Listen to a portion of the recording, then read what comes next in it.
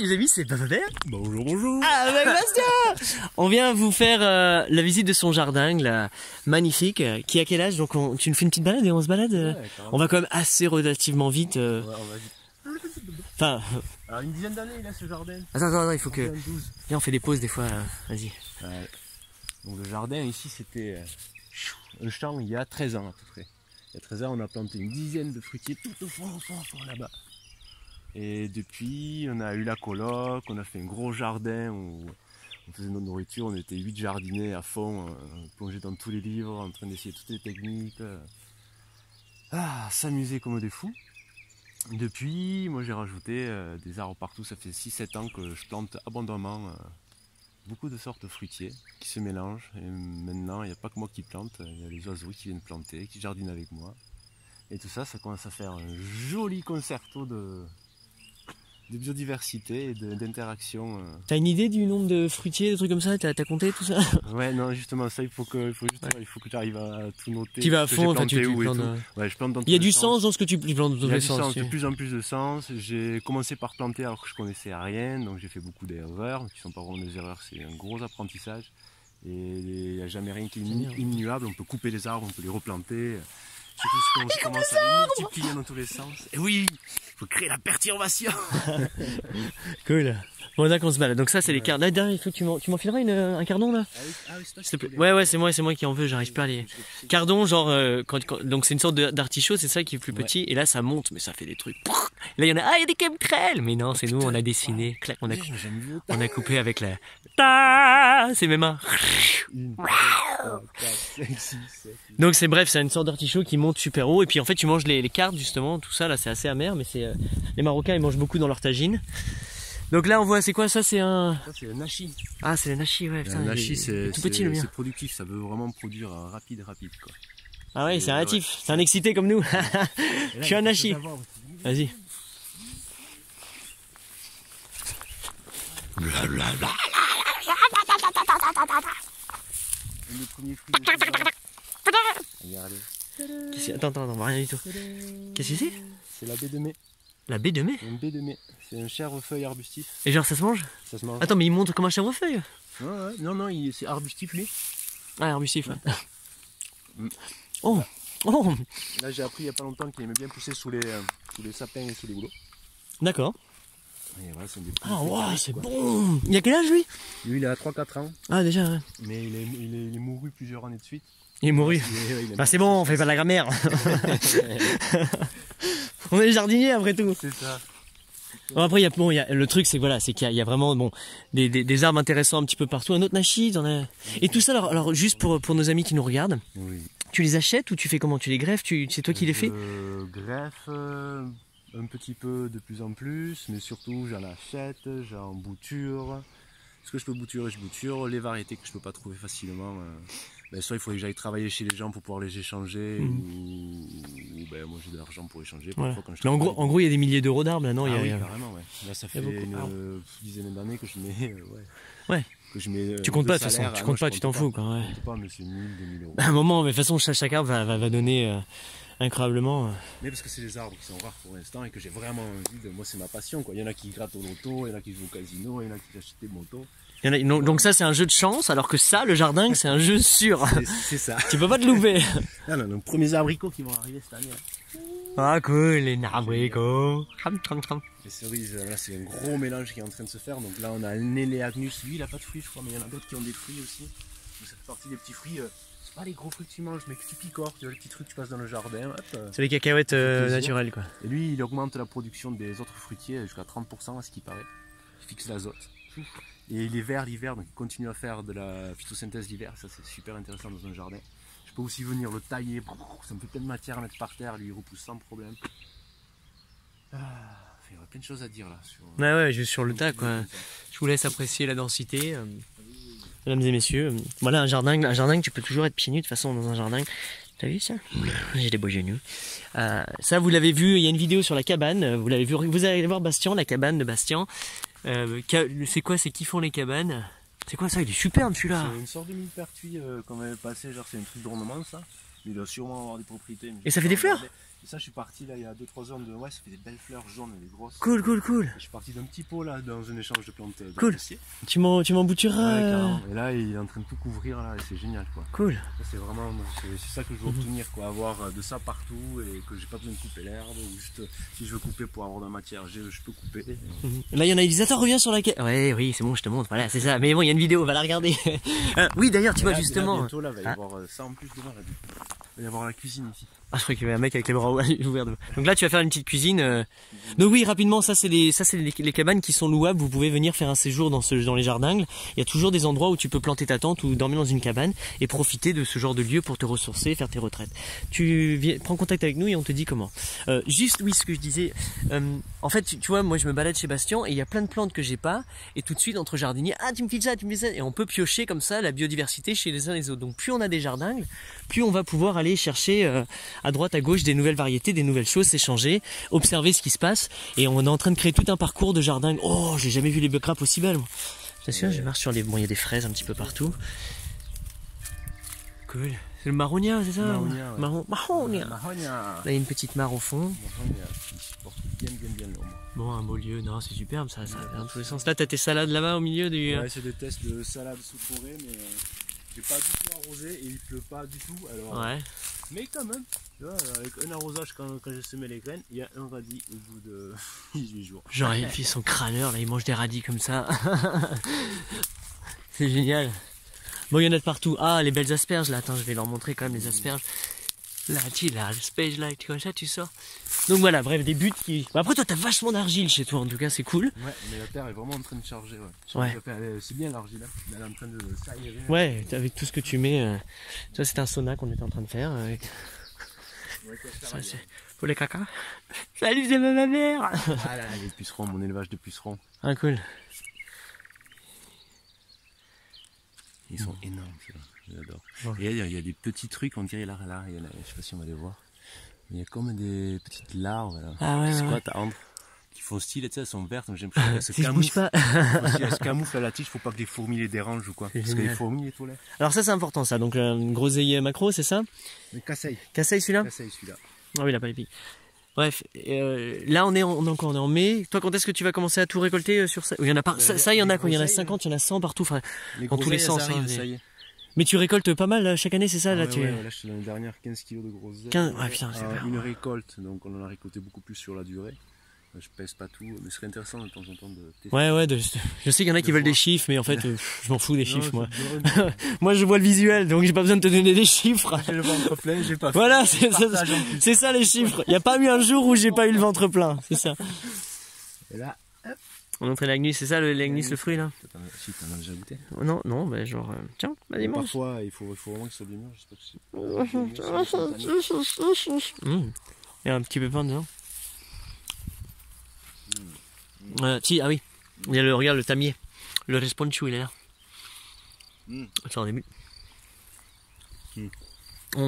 Bon, il n'y a pas beaucoup de chair, hein, mais c'est des petits bonbons. Il faudrait qu'on soit sur le chemin du retour de l'école. Je me rappelle quand j'étais petit, on allait à la boulangerie, on allait acheter des bons becs. Ouais. Et toi, en fait, l'école elle est là-bas, les enfants passent. Bon, c'est comme des troupeaux d'oiseaux. Non, tu les contrôles. Mais pourquoi je te proposais à la mairie de faire ça? Ouais, c'est clair. Ouais. Ils ont le chemin juste à côté de l'école, en fait. Ils ont commencé à planter des arbres fruitiers. Ouais, cool, super bien. On propose le. Je vais en mettre en plus, quoi. Je peux la direct. Ah là, ici, là. Petite gare. Je peux pas le toucher, mais. J'adore le mec. Imagine le mec qui tombe sur la vidéo maintenant là, il dit attends, il y a deux mecs qui s'extasent devant un bout de bois. Non, c'est un assiminier. Ah mais ils sont méga, mais ça nourrit la. Il n'y a plus la fin dans le monde grâce à ces genres de. C'est quoi? Non, faut imaginer. Ouais, ça grossit un peu, d'accord. C'est un goût de mangue. Donc prenez l'extase. Ouais, parce que là, je dis bon, bah, c'est quoi? C'est des crottes de nez? C'est le seul arbre qui est capable de nous fournir un fruit équivalent à la mangue. Voilà, donc en vrai, c'est les mangues, voilà, qui poussent dans les endroits où ils gèlent.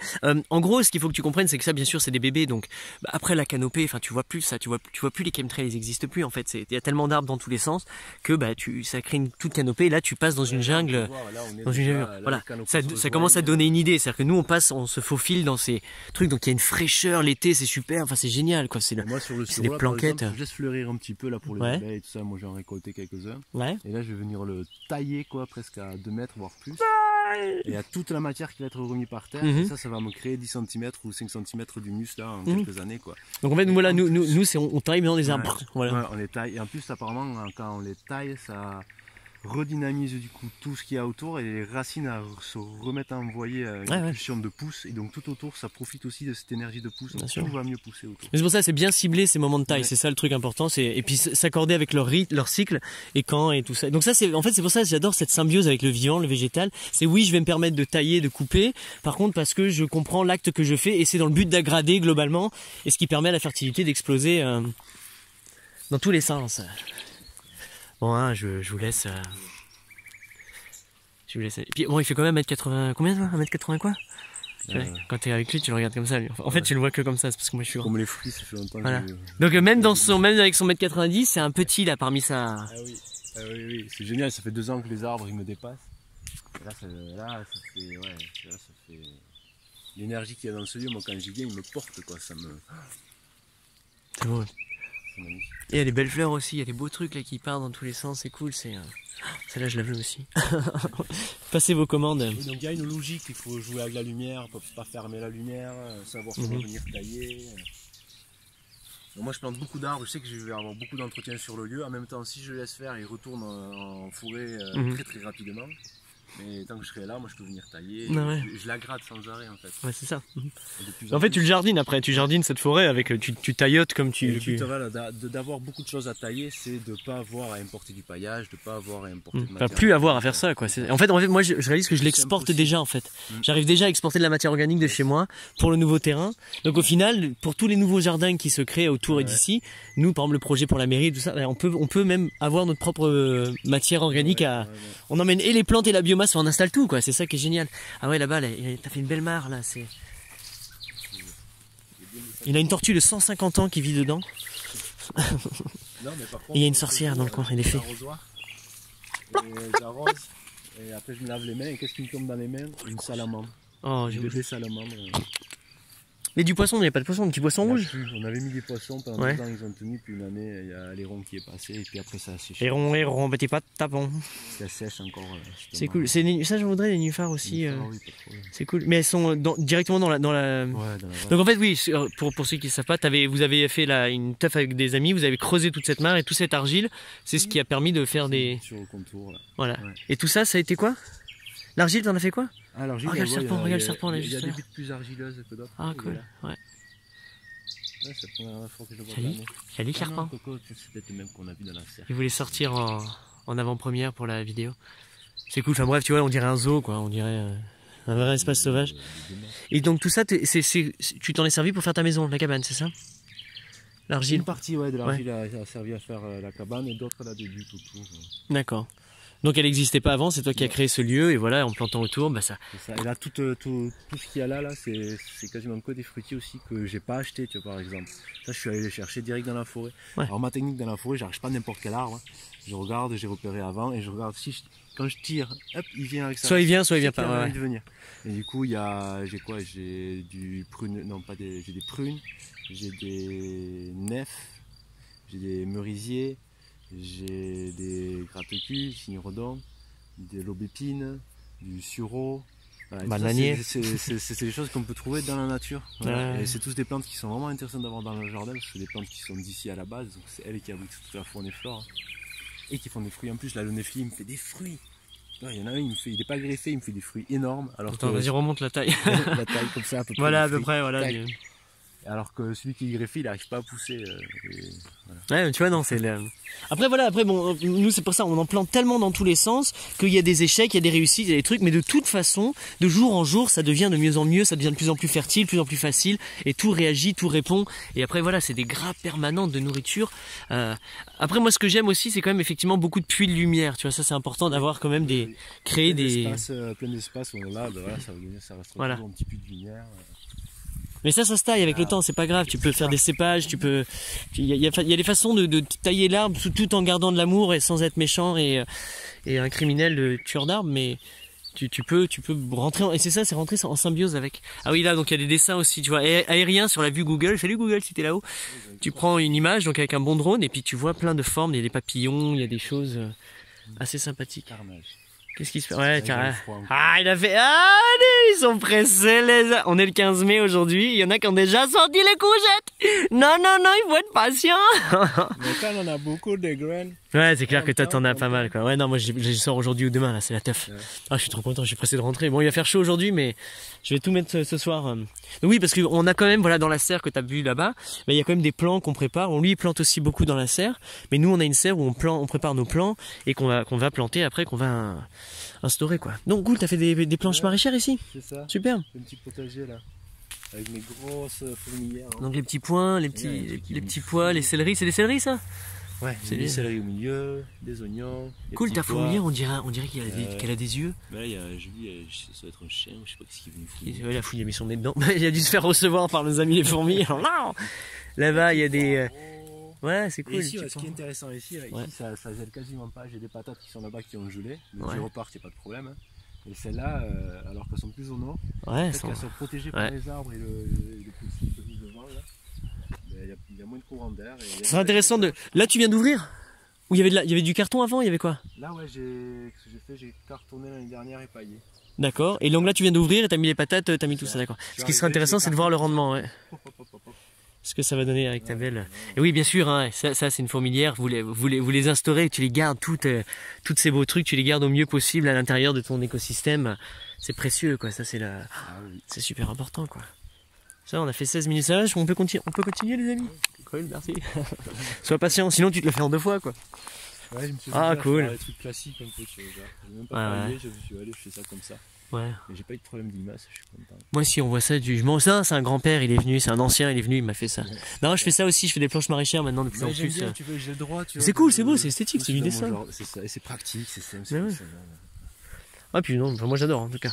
Bah, par contre, après, j'adore aussi, voilà, une micro-poche de patates dès qu'il y a un petit temps. Attends, j'ai peut-être 2-3 trucs. Ce que je fais, j'ai des cailloux, je sème des salades.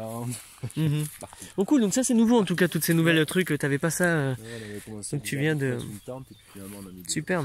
Avec du ricin, des trucs. Et là, tu rouvres encore? Fais gaffe, ici, il peut y avoir plein de. Des mines, ouais, c'était un ancien champ de mine ici. Et c'est quoi ici? Qu'est-ce qui se passe là? Ici, je commence à faire des grosses lignes là. Faire des légumes quand même en quantité, style haricots, des choses comme ça. D'accord. Donc là j'ai fait un test parce que du coup là c'était comme ça là.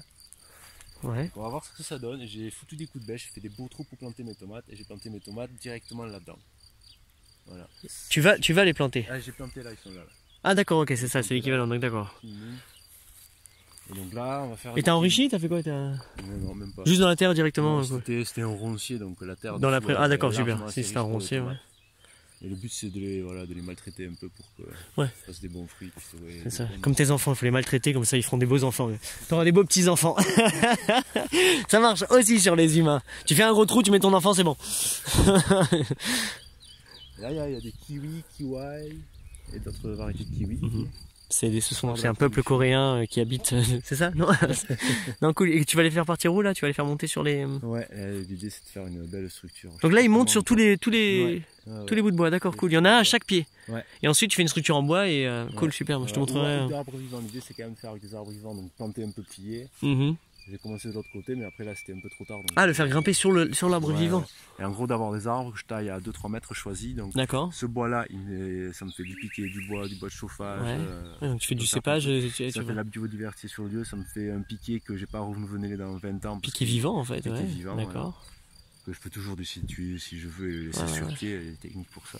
Sympa ça, ouais. Et surtout ça a fait une technique de dynamique en fait. Et là t'as choisi le peuplier? Pour peuplier, après là du coup j'ai fait... Celui qui tremble là, le tremblant ou le type de peuplier? Bon, enfin bref, du peuplier. Et c'est une branche, au final tu prends une branche que tu enfonces et ça reprend, voilà, c'est comme le saule, c'est comme le noix. C'est pas le peuplier d'ici à la base, le d'accord. Blanc, là, je pense que c'est le classe, ce qu'ils utilisent maintenant là, en culture rapide. D'accord. Voilà. Par contre là j'ai commencé à appliquer un petit peu un système, ce que j'ai appris dans la formation de agriculture syntropique, qui est de vraiment mélanger plein de choses. Là j'ai fait des nids de fertilité où j'ai planté du coup peut-être 5-6 variétés d'arbres en même temps. Sur un mètre dans un trou. L'idée c'est que tu peux mélanger des arbres de différentes strates Ouais. Qui Sur le même trou sur à la le base. même trou à la base. Donc les racines sont tous en mêle, c'est ça? Ah ouais? Ça. Et en fait, les uns les autres, ils vont comme dans un jardin où on associe les légumes, ils vont s'entraider au final. Cool. Si j'ai un sureau avec un peuplier qui va devenir haut. Donc le pied, en fait, il est immense alors au final, ça fait les trois. Et ça fait des îlots. Et t'as vu le résultat à taille adulte ou pas? C'est quoi le plus vieux assemblage qu'on ait aujourd'hui? Il y a des vieux assemblages qui sont au Brésil. Ouais. C'est Ernst Goetz, le concepteur de ces techniques. Et là-bas, ça fait 30 ans qu'ils sont à l'œuvre. Et ils ont rajouté 50 cm de terre dans leur système. D'accord, cool, super. Donc il y aurait les photos, il y aurait des images de ces. J'aimerais bien voir comment ça. Bon, bref, de toute façon, nous on l'aura bientôt. Tout à fait. Bon, mais génial. Là, il y a Steven dans le coin aussi. Ouais. Moi, j'irai aller. Il y a 4-5 ans. J'irai aller le filmer un petit peu aussi. Bon, super, bon, c'est nickel. Bon, après, voilà, des camions de gitans, des squatteurs. Non, c'est quoi? C'est les potes qui laissent les camions, c'est des caravanes à squatter, à louer, à réparer. Bon, quelqu'un veut réparer. Il y a le châssis qui m'intéresse, je pense que je vais démonter à 40, je trouve ça horriblement moche. Oui. Et du coup, je garde le châssis pour faire une cabane.